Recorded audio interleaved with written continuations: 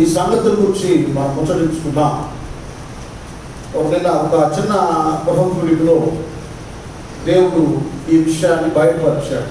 నేను కొద్దిమంది ఉన్నా నాకు చాలా ఆత్మీయంగా ఈ మాటలో ముందుకు వెళ్ళడానికి దేవుడు అభిషేకాన్ని అనుగ్రహించాడు. ఫిలిప్పీయులకు రాసిన పత్రిక 4వ అధ్యాయం 19వ వచనం. కాగా దేవుడు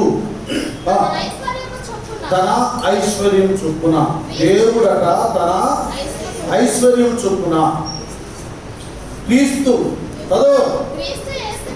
క్రీస్తు యేసునందు మహిమలో.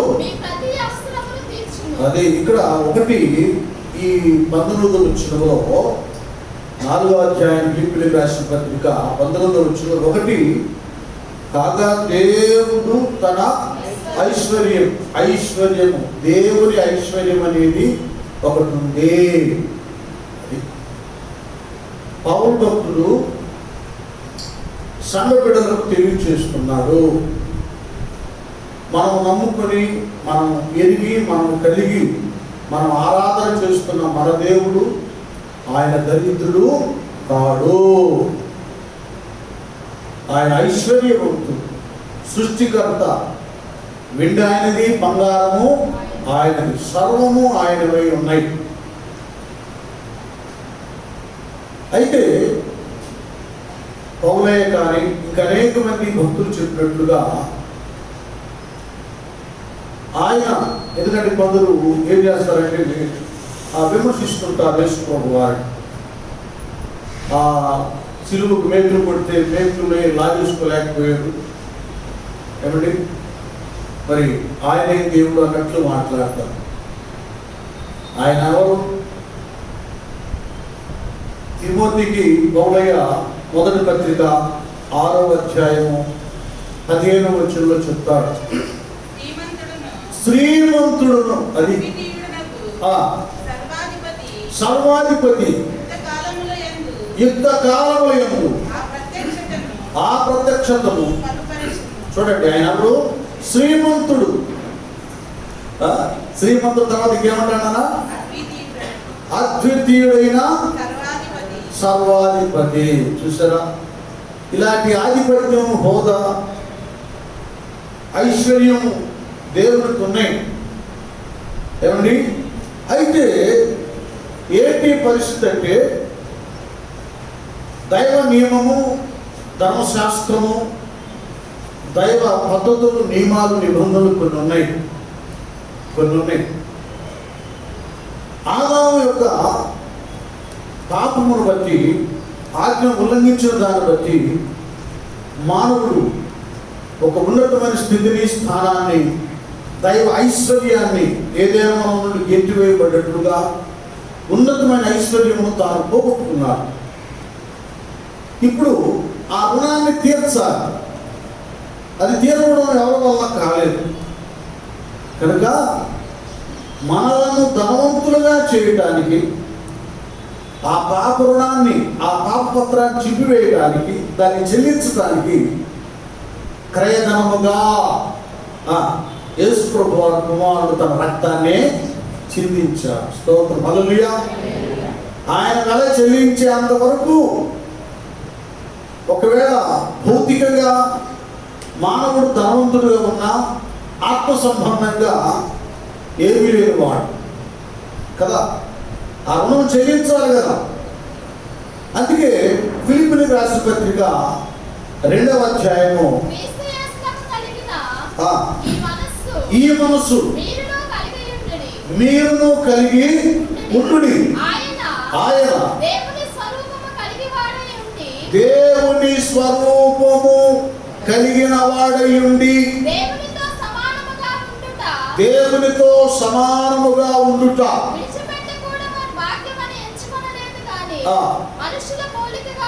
మనుషులు దేవుడై ఉండి కూడా మనుషులు పోలికగా పుట్టి దాసుని స్వరూపము ధరించుకుని తన్ను తానే రిక్తునిగా, అది మన కొరకు రిక్తుడయ్యాడు, దరిద్రుడయ్యాడు, దాసుడయ్యాడు. సియోను ప్రార్థన పుస్తకంలో ఒక చక్కటి వచనం ఉంటుందన్నమాట. మనలాను ధనవంతులుగా చేయను, దరిద్రుడాయే ఆ ప్రభువు కదా. మరి వంటఫుల్గా మీరు ప్రభు యేసుక్రీస్తు వారి కృపను ఎరుగుదురు కదా. ఆయన ధనవంతుడయ్యుండి మీరు తన దారిద్ర్యం వలన ధనవంతులు కావాలని అబ్బబ్బబ్బా మీ నిమిత్తం ఏమయ్యాడు దేవుడు? నా వచ్చిన చెప్పురా. 2వ కొరింథీ రాసిన 2వ పత్రిక 8వ అధ్యాయము 9వ వచనం. కొరింథీ రాసిన 2వ పత్రిక 8వ అధ్యాయము 9వ వచనం అండర్లైన్ చేసుకోండి. ఇప్పుడు కుమార్తెకు బయలుపరిస్తే నేను కూడా అది తెలుసు కానీ రిఫరెన్స్ తెలియదు.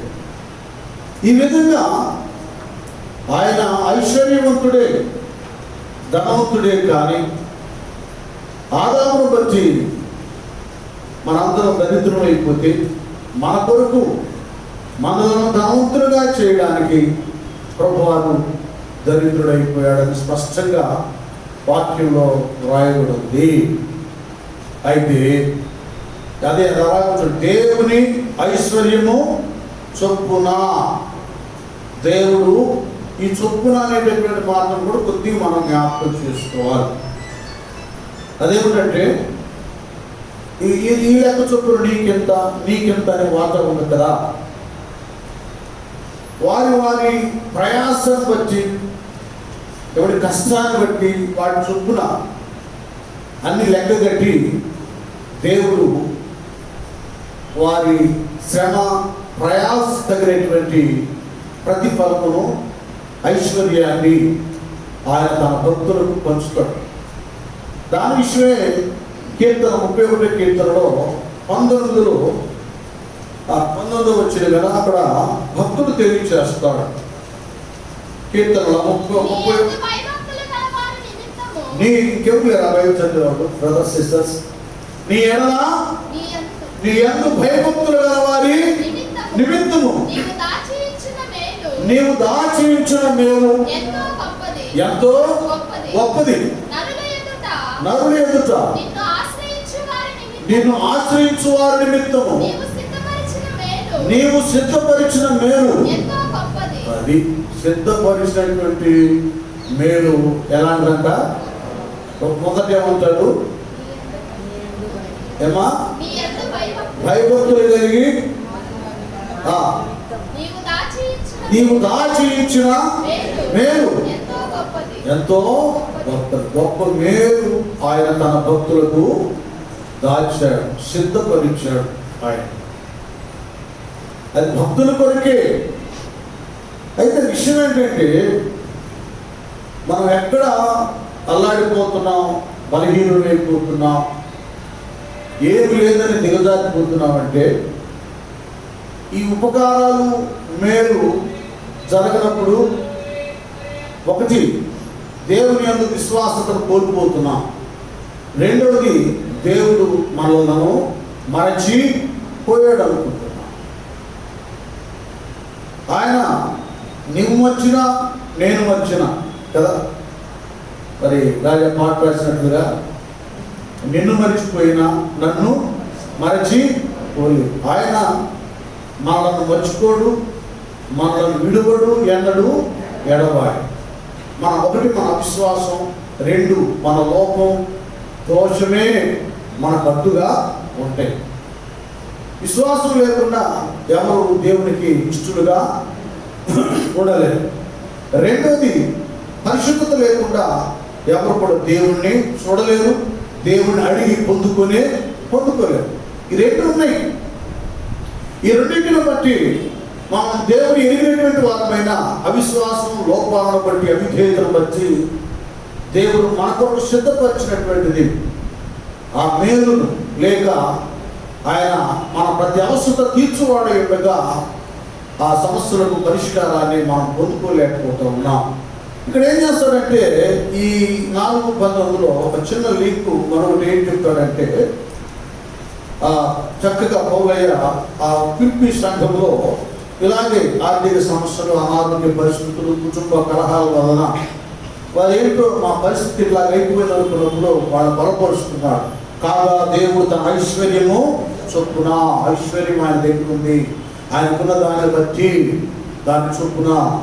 ఇక్కడ ఒక చిన్న లింక్ ఏం పెట్టాడంటే క్రీస్తు యేసునందు, అది దేనిలో ఇప్పుడు ఏమిటి, అది క్రీస్తు, అది ఆయనలో ఉండవలసినటువంటి వారమై ఉన్నాం, ఆయనలో ఉండాలి. పౌలయ్య అన్నట్లుగా రోమీయులకు రాసిన పత్రిక 8:1 నా ఒక్క నిమిషం. పౌలయ్య అన్నట్లుగా రోమీయులకు రాసిన పత్రిక 8:1 కాబట్టి క్రీస్తు యేసునందున్న వారికి ఏ శిక్ష విధియు లేదన్నట్టు నా చదువుగా అది ఇంపార్టెంట్ వాడది ఇక్కడ రాశాను, కావాలి ఒక్క నిమిషం ఇది చెప్పిన చదువుగా. క్రీస్తు యేసునందున్న వారికి ఏ శిక్ష విధియు లేదు. ఇప్పుడు జరుగుతుంది ఏంటంటే మీకు అర్థమయ్యే రీతిగా చెప్తాను. యోహాను సువార్త 15వ అధ్యాయంలో ఈ లింక్ మనకు అర్థమవుతుంది. అక్కడ ఏమంటాడు, మొదటి నుంచి చదవని చెప్తాను. యోహాను సువార్త 15వ అధ్యాయంలో నేను నిజమైన ద్రాక్ష వల్లిని, నా తండ్రి వ్యవసాయకుడు, నాలో ఫలింపని ప్రతి తీగను అది ఆయన తీసి పారవేయు. నాకు ఇప్పుడు ఏం చేస్తానంటే 4-5 వచ్చినాం ఇక్కడ క్లియర్గా ఉంటున్నాము. నా యందు నిలిచి ఉండుడి, మీ యందు నేనును నిలిచి ఉండు. తీగ ద్రాక్షావళిలో నిలిచి ఉంటేనే గాని తనంతట తానే ఎలాగూ ఫలింపదు, అలాగే నా యందు నిలిచి ఉంటేనే కానీ మీరును. ఇప్పుడు అర్థమవుతుంది కదా, పౌలయ్య అన్నట్లుగా క్రీస్తు యేసునందు ఉండాలి. మనకు అర్థమయ్యేటట్లుగా యేసు ప్రభువు చెప్పినట్లుగా ఆయన నిజమైన ద్రాక్ష వల్లి, మనం తీగలు. ద్రాక్ష వల్లి ఉంటుంది, దానికి తీగలు ఉంటాయి. కొన్ని తీగలేమో ఊడిపోతాయి, కొన్ని తీగలేమో దానికే ఉంటాయి కానీ అవి ఎండిపోయి ఉంటాయి. దానిలో ఉన్నట్లుగా ఊరిక అలాగ అటాచ్ అయినట్లుగా ఉంటుంది కానీ ఆ వల్లిలో నుండి ఆ మూలంలో నుండి ఆ యొక్క వేరులో నుండి వచ్చిన నీటిని కానీ ఆహారాన్ని కానీ అది స్వీకరించకుండా, దానిలో పచ్చదనం రాకుండా, దానిలో ఫలము లేకుండా అది ఎండిపోతుంది. మీరందరూ వినాలి, చాలా ప్రాముఖ్యమైనది. ఈ దినాల్లో మన భక్తి జీవితాన్ని మనం ఎలా పతనం చేసుకుంటున్నామో ఇది అర్థం. చాలామంది మేము విశ్వాసులు, మేము భక్తులు, మేము దేవుళ్ళలోనే ఉంటున్నాం కానీ మేమెందుకో ఏ విషయంలో ఫలించలేకపోతున్నాం. మా అవసరాలు తీర్చబడటం లేదు, ఆరోగ్యం కలగడం లేదు, ఐశ్వర్యం కలగడం లేదు, ఏ సహాయం మాకు దొరకడం లేదు. మేము దేవుళ్ళలోనే ఉన్నాగా, గంటలు ప్రార్థన చేస్తున్నాగా, మందిరానికి వెళుతున్నాం, వస్తున్నాం, పోతున్నాం కదా అనుకుంటా. ఇది మీరు బాగా అర్థం చేసుకోవాలి. అక్కడ ద్రాక్షవల్లిలో ఉన్న ఈ తీగ సరైన రీతిగా అంటగట్టబడలేదు, దానిలో నిలిచుండలేదు, పైకి మాత్రం ఆకారంగా ఉండి వేలాడుతుంది కానీ ఎండిపోయి ఉంది.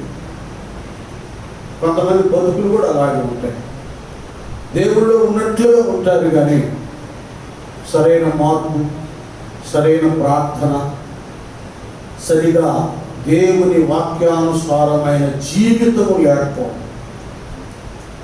యోహాను సువార్త 15లోనే 4:5లోనే వివరణ ఇంకొకసారి చదవండి గట్టిగా, ఎంత బాగుంది ఇక్కడ. నా యందు చూడండి, క్రీస్తునందు మనం ఆయనలో నిలిచి ఉండాలి కదా. నా యందు నిలిచి ఉండుడి, మీ యందు నేను నిలిచి ఉండు. తీగ ద్రాక్షవల్లిలో నిలిచి ఉంటేనే గాని తనంతట తానే ఎలాగూ ఫలింపదు, అలాగే అది దేవుని యందు యేసు ప్రభువు వారి యందు నిలిచి ఉంటేనే గాని మీరును ఫలింపరు.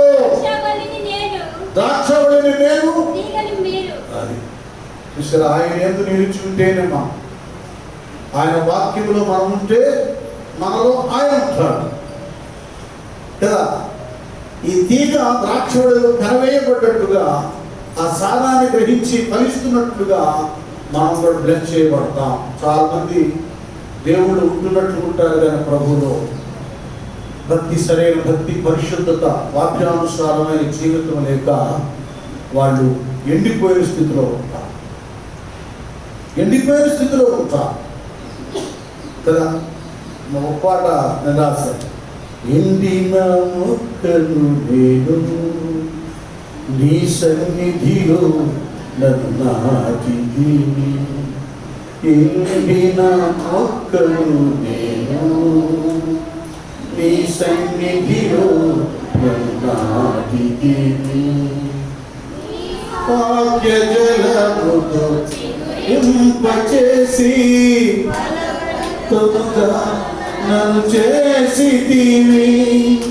నీ వాక్య జలముతో ఇంపచేసి నన్ను చేసితివి. ఓనతుడా యేసయ్యా మంచి కాపరియా. మహోన్నతుడా యేసయ్యా మంచి కాపరియా.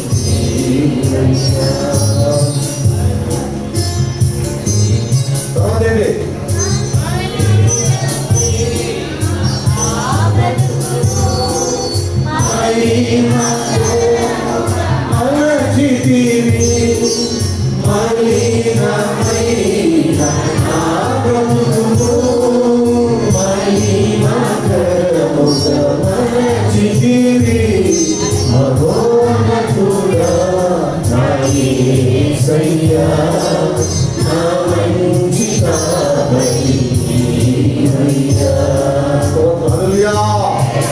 అంటే నా పాటలు మీరు నేర్చుకోవట్లేదు.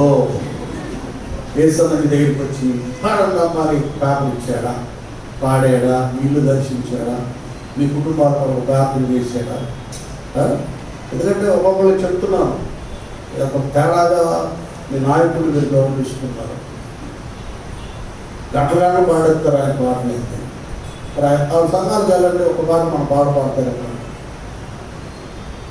నేను పాడతాం. ముందు మీ తండ్రిని, మీ ఇంటిని మీరు చక్కబెట్టుకోండి. అది నేను చెప్పేది. ఒక నమ్మకమైనటువంటి వాళ్ళు ఉంటేనే పరిచయం అభివృద్ధి చెందుతుంది. ఆయన బాగా చెబుతాడు, ఆయన బాగా పాడతాడు. ఇంట్లో ఎదుగుతా, ఇంట్లో ఉండి వేరే దాన్ని దృష్టించడం అది నిజంగా కృతజ్ఞత, మనస్సాక్షి అనుభవం. పాటలు కూడా నేర్చుకోవాలి. మీరు తక్కువ ఎదుగుతారేమో అనుకున్నాను. ఎవరు అంటే పాటలో విన్నాం. పాట దేవుని స్తోత్రం. ఒక జనరేషన్లోనైనా ఈ వ్యర్థంగా దేవుడు బయలుపరిచి ఇచ్చిన పాటలు దేవుడు చేస్తాడు.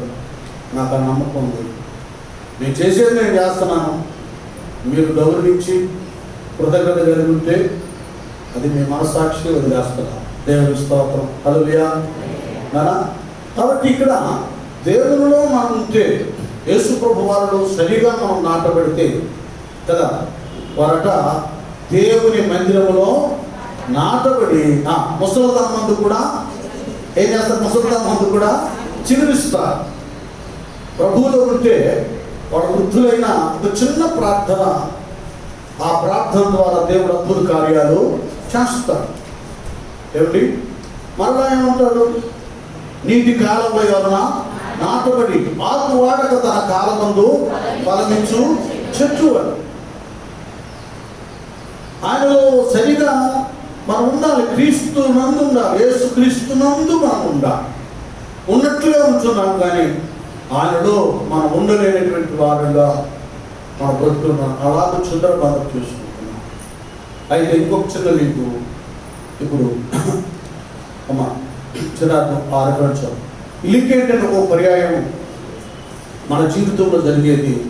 ప్రభువారిలో మనం ఉంటున్న వాక్యానుసారమైన జీవితం కలిగి ప్రార్థనలు, ఉపవాస ప్రార్థనలు, అంతరంగంలో ఏ లోపము, దోషం లేకుండా ఖచ్చితమైన భక్తిని మనం చేసుకుందాం. కొన్ని సమయాల్లో కీడులు కలుగుతాయి, నష్టాలు కలుగుతాయి, శ్రమ కలిగి, నింద, అవమానం. ఒకసారి దావీదు గారికి కలిగినట్లుగా దిక్కు తోచని పరిస్థితి అయి పిచ్చోళ్ళలాగా బ్రతకవలసినటువంటి గడి వస్తుంది. అంతే కదా. ఒక కీర్తనలో అయితే అభిమేలక రాజు దగ్గర విల్లువలా ప్రవర్తిస్తున్నాడు దావీదు.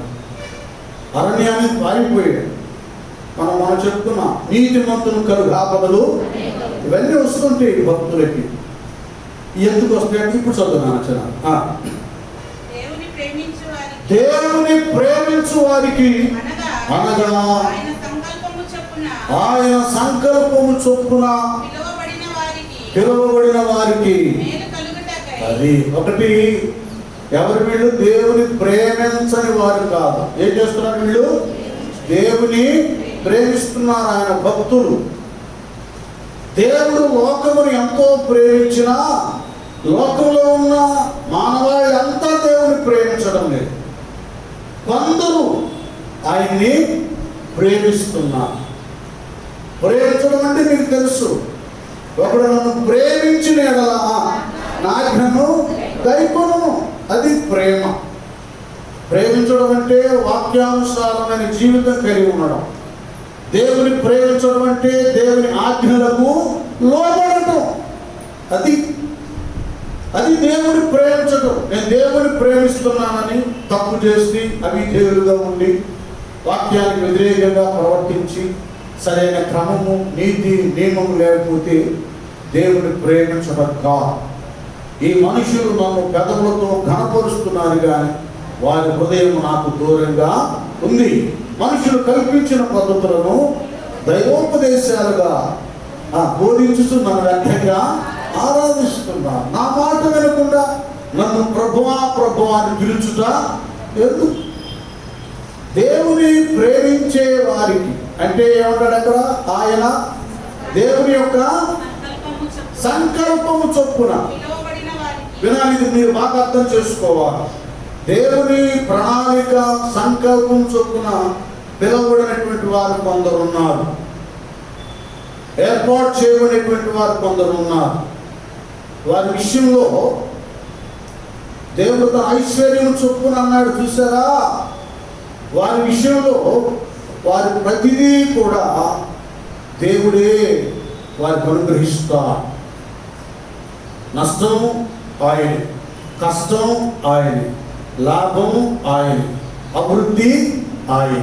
చూడండి, అన్ని ఏ టు జెడ్ ఆయన యొక్క సంకల్పంలో, ప్రణాళికలోనే ఆయన భక్తులకి జరుగుతూ ఉంటుంది.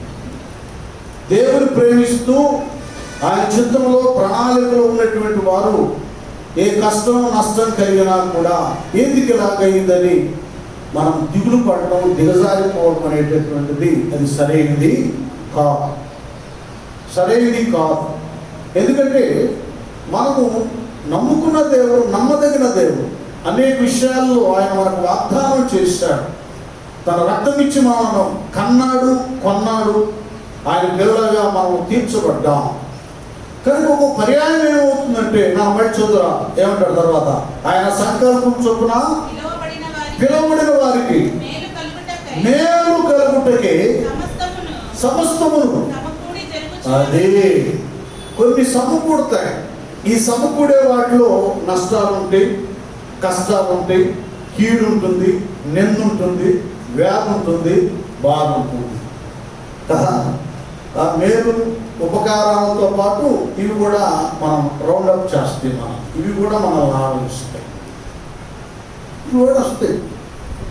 అయితే విషయం ఏంటంటే, దేవుని ఎరగని వారు, క్రీస్తు యేసునందు లేని వారు, వారి జీవితంలో ఒకవేళ ఎంతో ఐశ్వర్యం, అభివృద్ధి కనబడుతున్నా దానికి సెక్యూరిటీ ఉండదు, దానికి కాపుదల ఉండదు, దానికి నిలకడ ఉండదు, దానికి అభివృద్ధి ఉండదు. కారణం ఏంటంటే, యెహోవా పట్టణానికి కావలి కాని ఎడల కావలి వారు మేలుకొన్నట్టు కూడా వ్యర్థమే. దానిలో అంటారు, యెహోవా నువ్వు ఆశీర్వదించిన ఎడల అది ఎన్నటికన్నిటికి అది ఆ ఆశీర్వాదాన్ని దీవెను ఎవరు వచ్చిందో చేయలేదు. వాళ్ళ ఆస్తికి ఐశ్వర్యానికి సెక్యూరిటీ గ్యారంటీ లేదు. క్రీస్తు యేసునందున్న బిడ్డలు ప్రస్తుతం శ్రమలో, కీడులో, నిందలో, అవమానంలో, కష్టాల్లో బ్రతుకుతున్నా నీ జీవితానికి అర్థం, పరమార్థం, ఆశీర్వాదం, అభివృద్ధి దాల్చబడి ఉన్నది. గట్టిగా చదవడం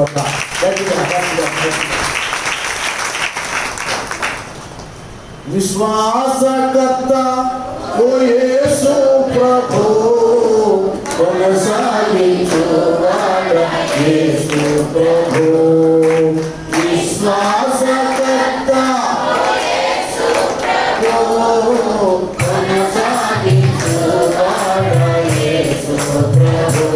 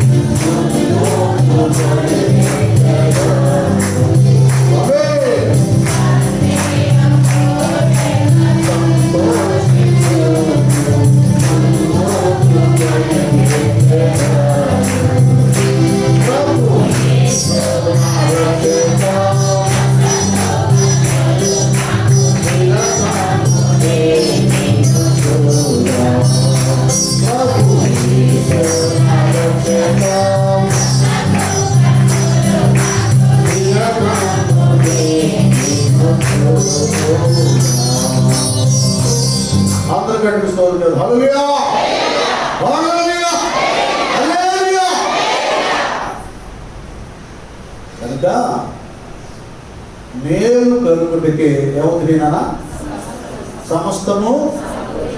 అది కీడు రౌండ్ అప్, ఇది రౌండ్ అయిన నేను కీడు చుట్టిన ఆవరించినా కూడా దాన్ని టక్మంట మేలుగా మార్చేస్తాను. మరి ఎందుకు దేవుడు నమ్ముకుంటాం? ఆయన బ్రతకడం అంటే ఏంటి? మన దేవుడు ఆశ్చర్యకరుడు. ఆయన భక్తుల ఎడల ఆయన ఆశ్చర్య కార్యాలు చేస్తాడు. ఈ కుళ్ళుబాటు, ఈ వేదన, ఈ కష్టము, కన్నీరు, ఈ నష్టము, ఇవన్నీ లోకులు చూస్తుంటా ఏదో ప్రార్థన చేస్తారంట, ఏదో అడ్డైపోయింది, ఎట్లయిపోయాడు, ఏదో అంట. భక్తులేమో వీడి భక్తి సరిగా లేదు కనుక ఈ గది పడుతుంది అంటారు, అంతే కదా. అందుకే రాజబాబు గారు పాట రాశారు కదా, మరి ఆత్మీయులే నన్ను అవమానించారు, అన్యులే నన్ను అపహసించారు. ఇవన్నీ ఆ సందర్భాల్లో మన భక్తి జీవితంలో జరగాలి. కంటే జరగాలి. ఇవన్నీ లేకపోతే మనం ఆయన కుమారుడు కాదు, కుమార్తెము కాదు. మేలిమి బంగారంగా మనం తయారం, బాగా శోధించబడాలి, పుటమి వేయబడాలి. అప్పుడే మేలిమి బంగారంగా తయారవుతాం, మంచి ఆభరణంగా తయారవుతాం. దానికి వెల వస్తుంది, ఉన్నతమైన స్థానంలో అది నిలిచుంటుంది. ఈ సమయంలో ఒక శ్రమ, కీడు, నష్టము నిన్ను ఆవరించినా కూడా, ఎందుకు ఇవి ఆవరించింది? మేలు చెప్పాలి, మేలు కలుగుటకే ఏమవుతుంది? సమకూడుతుంది అనేటటువంటిది భక్తులు గ్రహిస్తారు. లోక సంబంధమైనటువంటి వారి జీవితాలు వేరు. ఇంకేముంది పాపం, వ్యాపారం తల్లకిందులు అయిపోయింది, లాస్ అయిపోయింది, ఇంకా అయిపోయింది. అప్పులు పాలయ్యాడు, వెళ్ళిపోయాడు, ఆత్మహత్య చేసుకున్నాడు, ఇది చేశాడు, అది చేసుకున్నాడు, పారిపోయాడని ఆ మాటలు వెళ్తారు. భక్తుల విషయంలో యోగు భక్తుల వలె అన్నీ కోల్పోయినా యెహోవా ఇచ్చెను, ఆయనకు స్తోత్రములని ఆయన స్తుతిస్తాం. ఆ సందర్భాల్లో కొన్ని పోయినా, కొందరు కీడు చేసిన ఇది నేను తలుస్తాను. హక్కులాగా, అయ్యా ఉన్నా లేకున్నా, వాళ్ళు ఇచ్చినా ఇవ్వకపోయినా, వచ్చినా రాకపోయినా, వస్తే స్తోత్రాలయ్యా, నేను మాత్రం నీలో సరిగా ఉండాలి. కంటే అయ్యో రావడం లేదే, ఇవ్వడం లేదే, వస్తం లేదే అని కనబడే వాటిని చూసి గురిసి వస్తున్నప్పుడు సంగలు కొట్టుకొని, పోయినప్పుడు దిగజారిపోయే పరిస్థితి నాకు వద్దు. కలిమిలోనూ లేమిలో అన్ని సమయాల్లో నీ చిత్తంలో బ్రతక, నీకు మహిమను తీసుకుని రావా. ఏదున్నా లేకున్నా నువ్వు ఉంటే నాకు చాలు.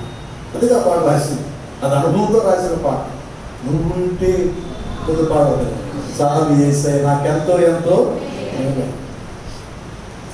ఇవన్నీ అనుభవము, ఆత్మీయతతో ప్రేరేపించబడి రాశారు. ఆ సమయాల్లో నాకు కూడా వచ్చింది, వాళ్ళ పాటలాగా బాగా పాపులర్ రావడం లేదు. ఎందుకు లేదు, నేను ఏదో ఉద్రేకంతో రాసుకున్నట్టు అనుకుంటే రాత్రి కల్లో స్వప్నంలో రాసేస్తూ ఉంటాను. పాట కల్లో రాస్తాను. ఒకసారి అమ్మగారు చెప్తా పాట ఉంటే, ఏది ఈ పాట వచ్చేస్తున్నాను, ఒకసారి పాడుతూ ఉంటాను. ఇదేంటంటే నాకు ఇప్పుడు కాదు, చిన్నప్పటి నుంచి ఈ వరం రాసేది. స్కూల్లో ఉన్నప్పుడు కూడా నాటికలు రాసేవాడు, డైరెక్ట్ చేసేవాడు. మాస్టర్ గారు అనేవాడు, అదే అన్ని పాత్రలు నువ్వే చేస్తున్నాడు, అది లేదా ఎవరికి రావట్లేదు అనేవాడు. అన్నీ చెప్పాడు, ఇట్లా చేయాలి, లేదు అన్నీ నువ్వే చేస్తున్నాడు, ఎవరు రావట్లేదు. సరే రాసేవాడిని అన్ని కొన్ని విషయాలు చెప్తున్నాను. డైరెక్ట్ చేసేవాడిని, రాసేవాడిని, నటించేవాడిని. కాదుగా అంత మాత్రమే కాకుండా నేను 7th క్లాస్లో ఉన్నప్పుడే అద్భుతం ఏంటంటే, కొంతమందికి ఎవరు ఒకరికి తెలుసు, డాక్టర్ ఎర్మంది గారు ఒక ఆయన కూడా ఇక్కడే పెద్దవారి వీధిలో వాళ్ళ అతుకుండేవాళ్ళు డాక్టర్. నేను 7th చదువుతున్నాను. డాక్టర్ గారు రోజు అనేవాళ్ళు అని తక్కువ వాక్యాలు అవి నేర్పించి పక్కగా వేరే వాళ్ళు అనిపించారు.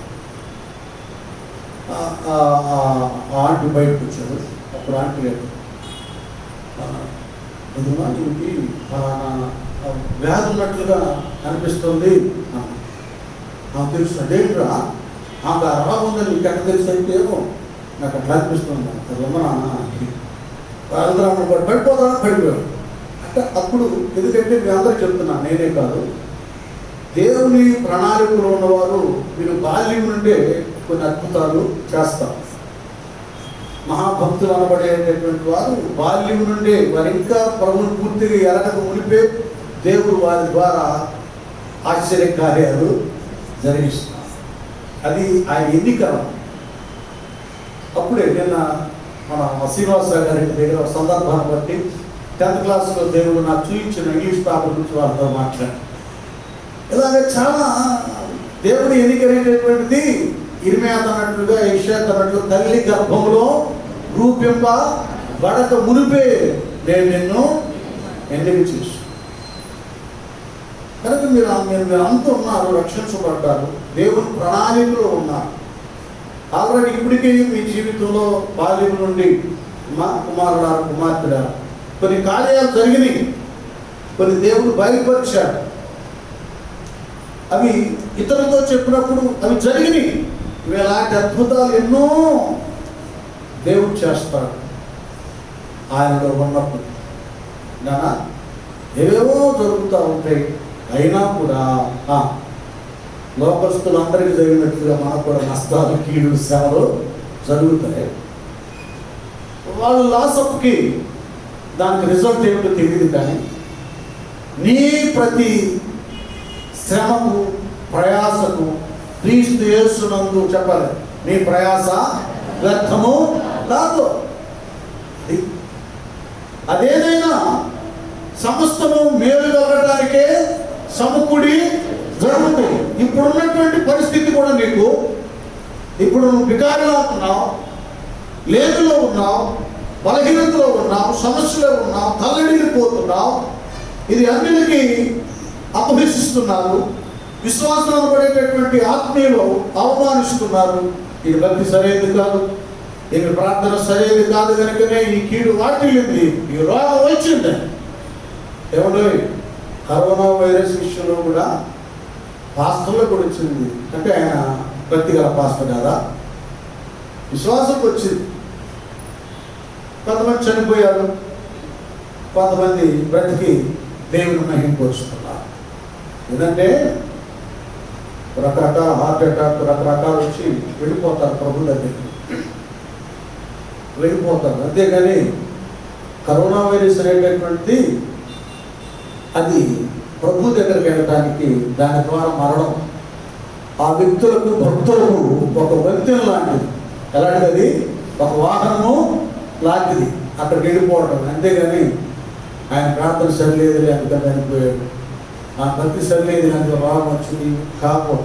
ఇవి మనకు ఆలోచనలో రాకూడదు. మరణం కాదు. ఎలాగుండి మరణించాడు? దేవుళ్ళో ఉండి మరణించారా, దేవుడు లేకుండా మరణించాడు అనేది మనం ఆలోచించాలి కదా. యెహోవా భక్తులు మనం ఎలాంటిదట చెప్పండి, ఎలాంటిది?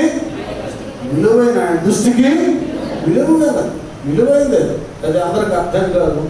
కొద్దిగా వయసు పెరిగి భక్తి లోతుల్లోకి వచ్చినప్పుడు మనకు ఎప్పుడు వెళ్దామని, పోగులాగా ఎప్పుడు అక్కడికి వెళ్దామని ఆ ఆశ కలుగుతారు. ముసలాళ్ళైనా వాళ్ళ బ్రతుకుల్లో సరైన మార్పు, భక్తి లోతులు లేకపోతే ఇంకా బతకాలయ్యా, ప్రార్థన చేయాలయ్యా అంటారు.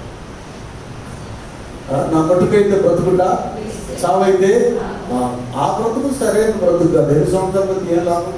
ఏమైనా భక్తి ఉందా, ప్రార్థన ఉందా, నీ ద్వారా ఎవరికైనా ఉపకారం వేడు కలిగినాయా?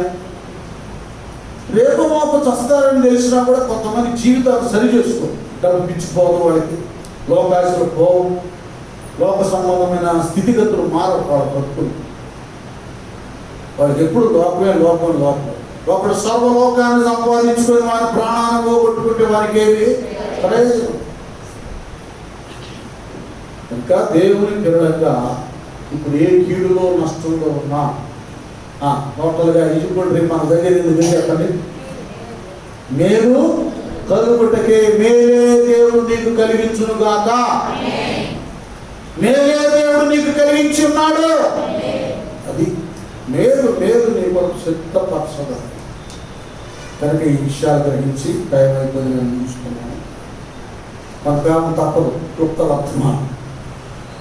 దేవుడి పిల్లలుగా దేవుడు తన ఐశ్వర్యం చొప్పున క్రీస్తు యేసునందు మహిమలో మన ప్రతి అవసరత తీరుస్తాడు. కనుక ఆయనలో, ఆయన మహిమలో మనం దాచబడి ఉండాలి. ఏమండి, ఎలా పెడితే అవిశ్వాసంతో, భక్తిహీనంతో, లోపాలు, దోషాలు కలిగి సొనుగుళ్ళు, గుణుగుళ్ళు ఇశ్రాయేలు ప్రజల్లాగా ఇవేవి కూడా మన చెంతకు రానివ్వకుండా కష్ట గడియల్లో కూడా యేసయ్యా నీకే స్తోత్రాలు, యేసయ్యా నీకే స్తోత్రాలు, నీ చిత్తమే సిద్ధించును గాక. ఆయనలో ఉండే ఆ స్థితిని మనం దూరం చేసుకోక ఆయనలోనే దాచబడి ఆయన మాటను మన హృదయంలో దాచుకొని ఆయన చిత్తంలో ఎదుగుదాం, బ్రతుకుదాం. ప్రస్తుతం ఇప్పుడు కీడైన రేపు మేలును చూస్తావు. ఇప్పుడు శ్రమైన మహిమను నీవు చూస్తావు. ఇప్పుడు నష్టమైన లాభాన్ని నువ్వు చూస్తావు. కేవలం ఇక్కడ ఈ ఐశ్వర్యాన్ని, ఈ ఘనతను ఇవ్వడం మాత్రమే కాకుండా తన రాజ్యమందు తేజో వాసులైన పరిశుద్ధుల స్వాస్థ్యములో భారీ భాగస్థులుగా చేశాడు కనుక అక్కడ ఐశ్వర్యమే ఆత్మీయతలో, ఇక్కడ ఆనందం. అన్ని విధాలుగా దేవుని కనికరం మన పక్షంగా ఉంది కనుక ఏ విషయంలో కలవరపడక విశ్వాసకర్త కొనసాగించు, యేసు వైపు చూచు మన ఎదుట ఉంచబడిన పరుగు పందెములో ఓపెటలో పరిగెత్తుదమో తల్లవంచం ప్రార్థన చేస్తున్నాం. అందరూ కూడా ప్రార్థన కోరుతున్నాం. హల్లెలూయా, స్తోత్రాలు నాయన. గొప్ప దేవానికి స్తుతులు చెల్లిస్తున్నాం. ఉన్నత కొడుకును మీరై ఉన్నారు ప్రభువా. పౌలయ్య ఫిలిప్పీ సంఘంలో ఉన్న భక్తులను బలపరుస్తున్నాడయ్యా ప్రభువా. నా తండ్రి, ఆయన మీరు ఐశ్వర్యం ఉన్నాయా, అది క్రీస్తు యేసులో ఉన్నటువంటి భక్తులే, వారే ఆ మహిమలో దాచబడిన వారే ఐశ్వర్యానికి పాత్రులై యోగ్యులై ఆ స్వాస్థ్యానికి వారి ప్రతి అవస్థ తీర్చబడుతుందని గ్రంథంలో స్పష్టంగా వ్రాయబడుతుంది ప్రభు. కనుక నీ కనికరం చొప్పున ఇప్పుడు కష్టంలో శ్రమలో ఉన్న బిడ్డలు కలవరపడక నా దేవుడు నా పక్షంగా ఉన్నాడు, ఇది కీడైనా మేలు చేస్తాడని నిరీక్షణతో భక్తులు ముందుకు కొనసాగడానికి సహాయం చేయనాయన. తదితర కార్యక్రమంతట్లో మీరుండండి, మహిమ తెచ్చుకోండి. యేసు నామమున వేడుకుంటూ ప్రార్థిస్తున్నాము తండ్రి. ఆమేన్.